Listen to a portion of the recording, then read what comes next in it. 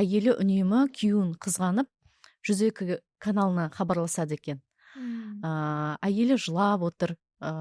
Сол кезде күйеуі айтады, сен неге жылайсың, сен үнемі мен саған мен қолымның ұшын да тигізбеймін, мен саған дауыс көтермеймін.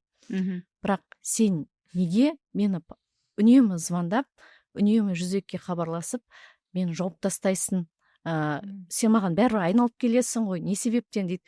Әйелі жылап айтады, мен просто сені жақсы көрем, мен сені қызғанам, сол себепті сен менің айналамда қасымда отыруың керексің, ешкімге қарамауың керексің, ешкіммен сөйлеспеуің керексің дейді.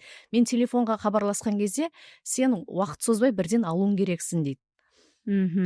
Осы қызғаныштың арқасында ол үнемі күйеуіне психологиялық қысым көрсетеді.